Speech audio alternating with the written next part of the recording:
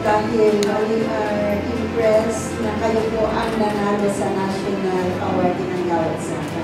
So, congratulations po, kayo po ang nanalo as National Award.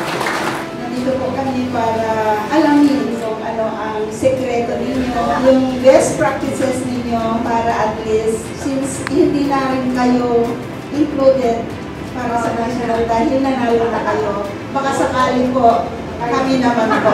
Talagang maganda po ang Bulacan with regards to the building at saka itong office ng Provincial Agriculture kasi may mga training center. Sa physical framework plan po kasi kailangan makita din doon ano magiging focus natin in the next 5 to 10 years para po sa agriculture. So, dapat naka-align din po yung annual investment plan po natin, yung hinahanap po nila yung yung provincial commodity investment plan, yung take-off po natin sa PRDB.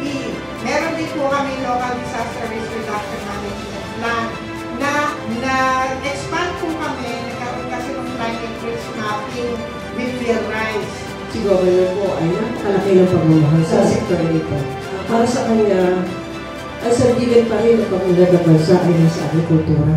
And I hope na makukuha po ninyo techniques, strategies, and principles na pinagsikhayang i-apply ng ating pamahalang panlalawigan ay makatulong upang po mamit ninyo yung certain gaps na nakikita pa ninyo na pumipigil sa full flowering or flourishing of agriculture in your province.